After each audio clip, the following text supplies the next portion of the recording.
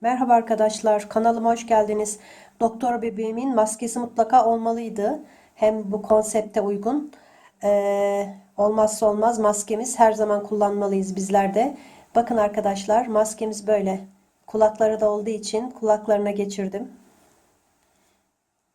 Bu şekilde yaptım arkadaşlar. Şimdi maskemizi nasıl yaptığımı size anlatacağım.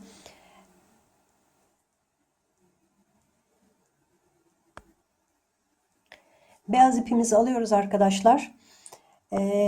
19 tane zincir çekiyorum. 1 2 3 4 5 6 7 8 9 10 11 12 13 14 15 16 17 18 19. Şimdi arkadaşlar 19 zincir çektim.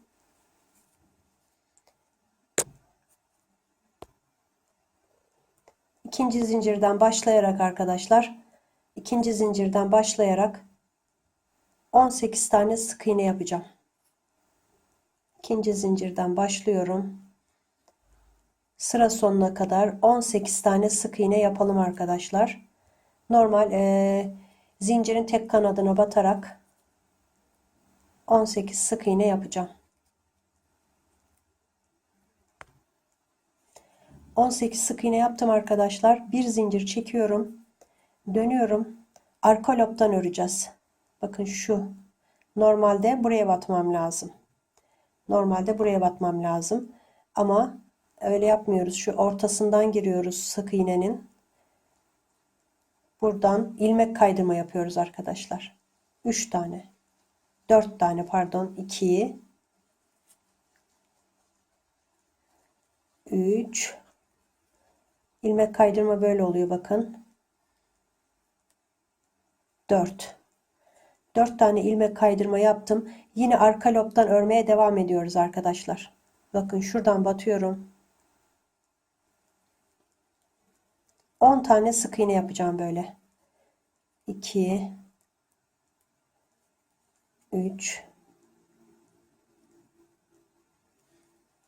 4 5 6 7 arka lobdan batıyoruz arkadaşlar. 8 bakın buradan 9 10 tane yaptım. Bu kalan 4 tane sık iğneye de yine ilmek kaydırma yapıyorum. 2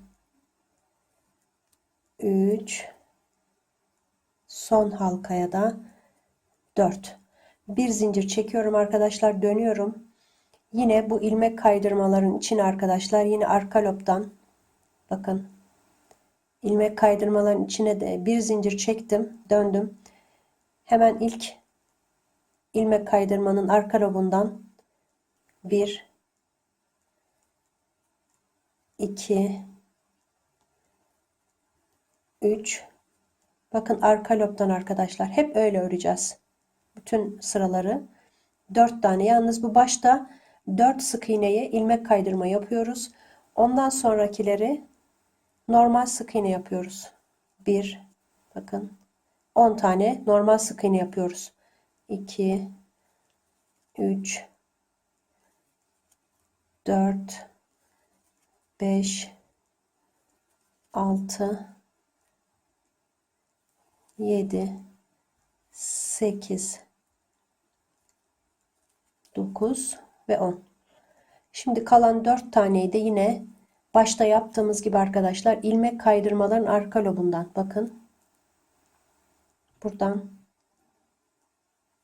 giriyorum. İlmek kaydırma yapıyorum. İkincisini de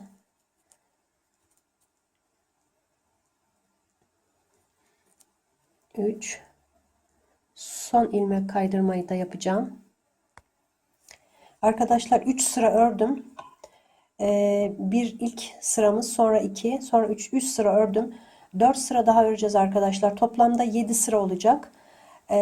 3 4 5 6 7 hep aynı şekilde ilk 4 sık iğneyi ilmek kaydırma, 10 sık iğne normal sık iğne ve sondaki 4 tane de ilmek kaydırma dönüyoruz. Yine aynı şekilde ilmek kaydırma, 10 sık iğne, ilmek kaydırma dönüyoruz aynı şekilde. Bunu 4 sıra daha yapacağız. 3 sıra yaptım. Toplamda 7 sıra olacak arkadaşlar. 7 sıra ördüm arkadaşlar. Böyle oldu bakın. Şimdi 16 tane zincir çekeceğim. 5, 6, 7, 8, 9, 10, 11, 12, 13, 14, 15, 16. Ben bunu ayarladım arkadaşlar. Bu benim bebeğime tam oldu. Tabi eliniz gevşek olursa biraz uzun olabilir. Sıkı olursa daha uzun çekmeniz gerekebilir. Onu artık kendiniz ayarlayabilirsiniz arkadaşlar. 16 tane zincir çektim. Ve ilk halkanın içine burada bu tarafa bağlıyorum arkadaşlar. İlmek kaydırma yapıyorum. İlmek kaydırma ile bağladım. Şimdi devam ediyorum arkadaşlar. İkinci ilmek kaydırma. Üçüncü ilmek kaydırma. Dördüncü ilmek kaydırma. Ve burada sık iğne yapıyorum 10 tane. Bu zincirin diğer taraflarını arkadaşlar. 3, 4,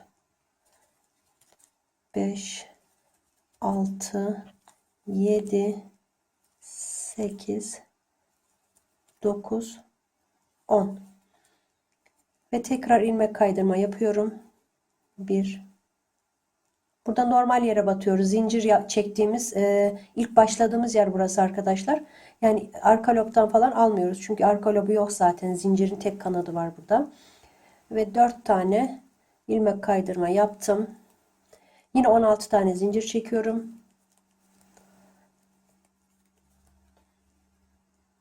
12, 13, 14, 15, 16 tane zincir çektim. Yine burada ilk halkanın içine batacağım.